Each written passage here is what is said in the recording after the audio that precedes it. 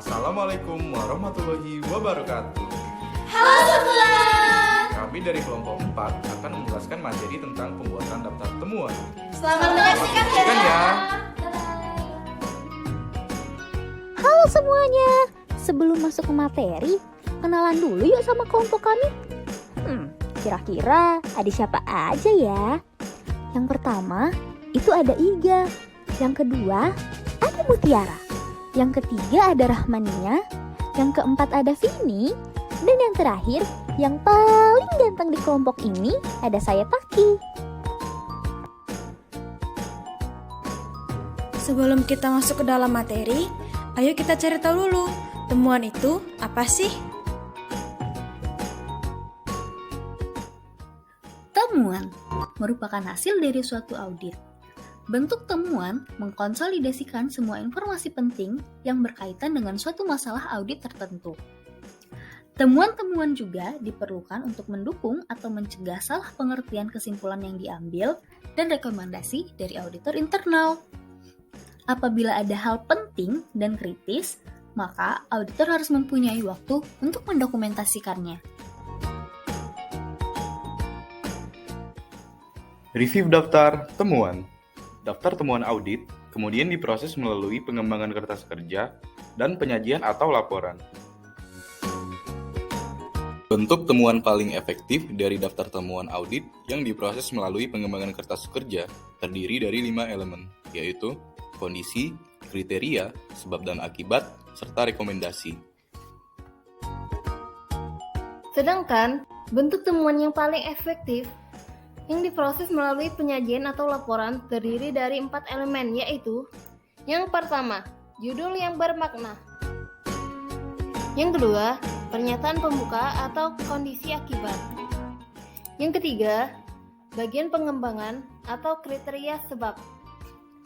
Dan pernyataan penutup atau rekomendasi. Sistem pembuatan daftar temuan.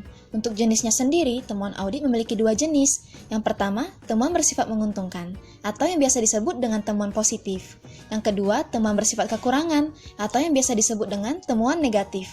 Selanjutnya, ada komunikasi temuan, yang bermaksud bahwa suatu temuan harus dikomunikasikan kepada pihak yang diaudit untuk mendapatkan tanggapan, karena tanggapan ini dapat menjadikan hasil audit menjadi lebih objektif dan tidak akan menimbulkan masalah atau kesalahan di kemudian hari.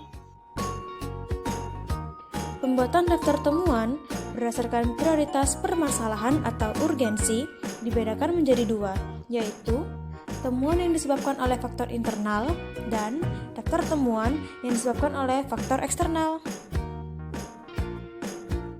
Berikutnya, penyusunan daftar temuan berdasarkan unit organisasi, yang artinya pemeriksaan akan dilakukan per unit organisasi dan temuan-temuan auditor akan dikelompokkan dan didaftar berdasarkan unit organisasi. Penyusunan daftar temuan audit jenis ini akan mempermudah auditor dan tim auditnya dalam mengidentifikasikan unit-unit organisasi mana yang membutuhkan pemeriksaan lebih mendalam terkait temuannya.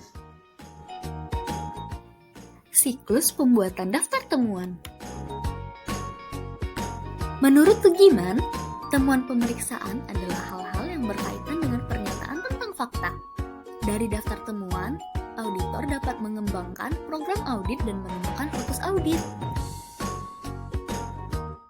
Siklus dari pembuatan daftar temuan. Yang pertama ada pemeriksaan, yang kedua ada temuan positif dan temuan negatif, yang ketiga klasifikasi temuan yang terdiri dari prioritas dan unit organisasi, lalu ada daftar temuan, kemudian ada komunikasi dan konfirmasi dengan manajemen, dan yang terakhir, komunikasi disajikan dalam laporan hasil pemeriksaan. Setelah siklus pembuatan daftar temuan tadi dilaksanakan, didapat 2 temuan. Temuan yang pertama adalah temuan keuangan. Temuan ini adalah temuan yang ditindaklanjuti auditor yang biasanya merupakan temuan negatif atau temuan yang sifatnya kekurangan. Temuan ini dapat berupa salah saji, sistem akuntansi yang buruk, atau aktivitas-aktivitas yang tidak sesuai. Auditor dapat menggunakan temuan ini sebagai dasar dalam memberikan opini dan rekomendasi audit keuangan. Yang kedua adalah temuan kinerja. Temuan ini adalah audit terhadap aspek ekonomi efisiensi, dan efektivitas operasi organisasi sektor publik yang bertujuan untuk mengidentifikasi hal yang menjadi perhatian lembaga legislatif. Hasil temuan dimuat dalam laporan hasil audit dan sebagai dasar memberikan opini atas kinerja organisasi sektor publik dan rekomendasi perbaikan kinerja organisasi.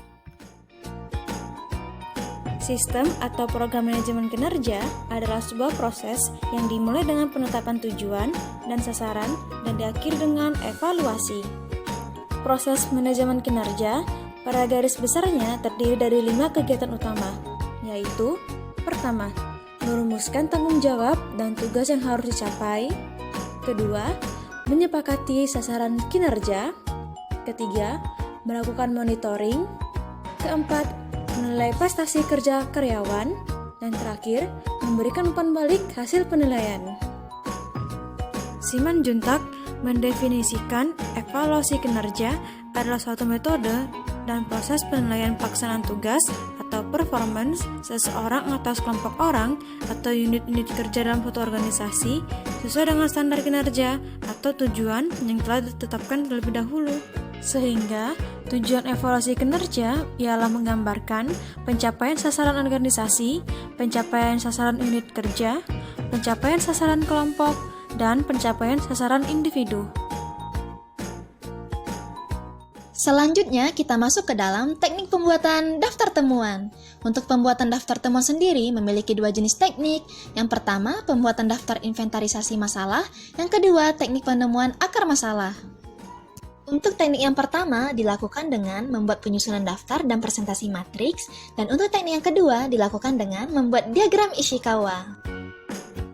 Mari kita bahas cara pertama dalam teknik pembuatan daftar temuan dengan pembuatan daftar inventarisasi masalah, yaitu penyusunan daftar. Penyusunan daftar temuan disusun oleh auditor dan tim kerja auditnya berdasarkan kertas kerja audit. Organisasi sektor publik atau klien dapat menanggapi dengan cara mengisi dan menandatangani lembar pernyataan persetujuan daftar temuan sementara atau melampirkan bukti pendukung bila organisasi atau klien tidak setuju atas isi atau daftar temuan tersebut. Selanjutnya, cara kedua yaitu dengan presentasi matriks.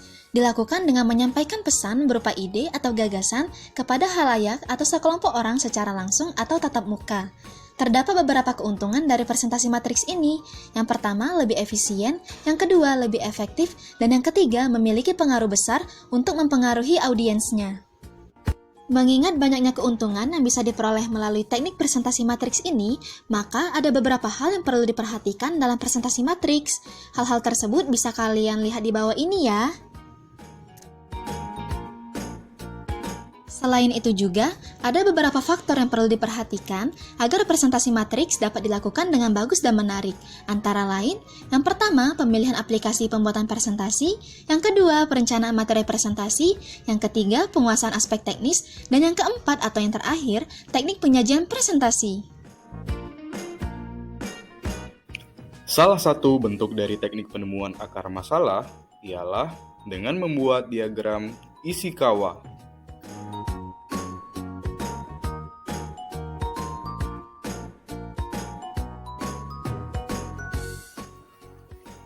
Untuk langkah-langkah penerapan diagram Ishikawa, bisa kalian baca di bawah ini ya.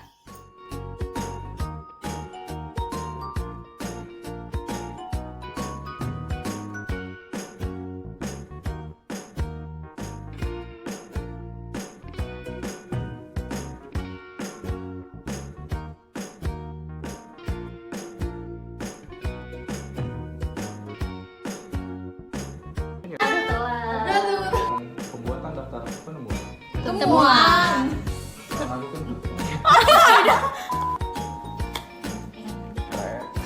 Go ini. Iwak peyek. Oh iya. Jangan lomba renang